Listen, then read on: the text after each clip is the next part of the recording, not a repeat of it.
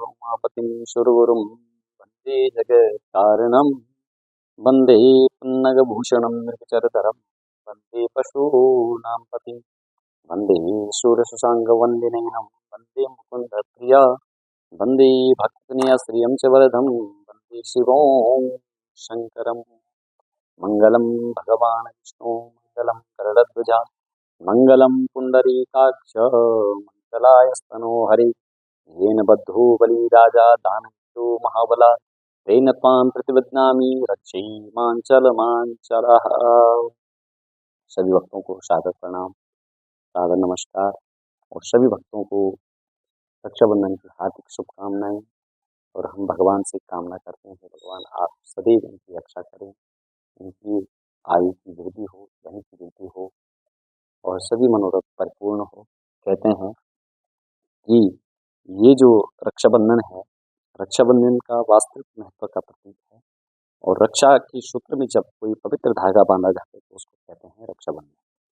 जब राजा बलि और देवी लक्ष्मी के बारे में एक प्रसिद्ध कहानी आती है जिसमें राजा बलि जब यज्ञ करता है तो भगवान वामन स्वरूप में आकर के राजा बलि के यज्ञ में आकर के उनसे 3 पग मांगते हैं और 3 पग में पहले पग में स्वर्ग जन तप और आदि को 3 पगों में नापते हैं और उसके बाद जो है जब पूरी जगह को ले लेते हैं तब भगवान कहते हैं कि अब बता अब कौन सी जगह आप मुझे देना चाहते हैं।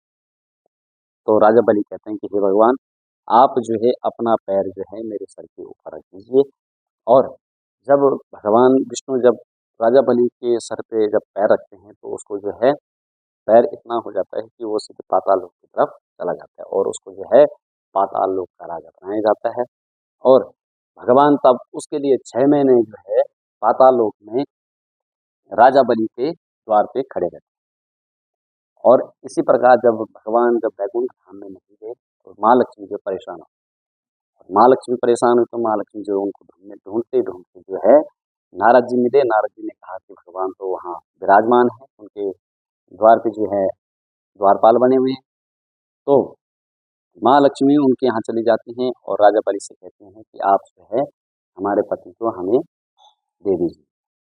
तो राजा बलि कहता है कि ठीक है मैं आपको आपका पति दे दूंगा लेकिन आप मुझसे क्या दोगे। तो उन्होंने कहा, उनके हाथ में एक रक्षा सूत्र लिया और राजा बलि के हाथ में उन्होंने जो उसको बांध दिया। जब राजा बलि के हाथ में उन्होंने उसको बांधा तो तब से जो है इस रक्षाबंधन का विधान माना गया और इसमें कहा येन बद्धो बलि राजा दानवीरो महाबला तेन त्वां प्रतिविध्नामि रक्षैमाञ्चल मांचला। हे राजा बलि, और जिस प्रकार मैंने आपके हाथ में ये सूत्र का धागा जो बांधा हुआ है ये भाई और बहन का प्यार का प्रतीक एवं रक्षा का सूत्र माना गया है। इसलिए कहते हैं कि शरणार्थी कि अगर कोई ब्राह्मण शरणार्थी महिला का वेश धारण करने वाले महाबली महल की ओर देखते हुए तो पूर्णिमा के दिन जो है महाबली राजा के हाथ कलाई पर राखी बांधी जिससे श्रावण पूर्णिमा भी कहा जाता है। और वही रक्षाबंधन या राखी भारत में सबसे ज़्यादा मनाया जाने वाला दिनों में से एक दिन होता है। पूरे देश में लोग अपनी जाति धर्म के ऊपर उठकर इस शुभ दिन को मनाते हैं। राखी यानी कि रक्षाबंधन का उत्सव सुरक्षा का प्रतीक है। आमतौर पर हम देखते हैं कि देश भर में लोग मंदिरों में पुजारियों के पास जाकर स्नान करवाते, वाराणसी काली आदि में जो है सभी लोग अपने रीति रिवाजों के अनुसार इस रक्षाबंधन का विधान मनाते हैं।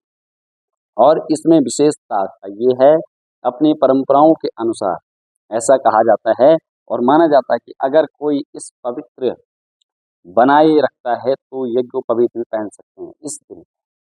आज उपनयन संस्कार का भी दिन है और इसमें केवल भाई बहनों के बीच ही किया जा सकता है, हालांकि ये अवधारणा है। और सभी लोग अपने हाथ में रक्षा सूत्र बांध करके भगवान से प्रार्थना करते हैं कि हे भगवान हमारे भाइयों की रक्षा हो, हमारी रक्षा हो, हमारे कुल की रक्षा हो, वृद्धि हो, ऐश्वर्य और कीर्ति की रचनाएं करते हैं। तो इसलिए आप सभी को रक्षाबंधन की हार्दिक शुभकामनाएं। भगवान आपके जीवन में प्रतिदिन उन्नति का मार्ग बनाए रखेगा और सदैव आपके ऊपर जो है अपना आशीर्वाद बनाए रखेगा। बोले शंकर भगवान की जय, नारायण भगवान की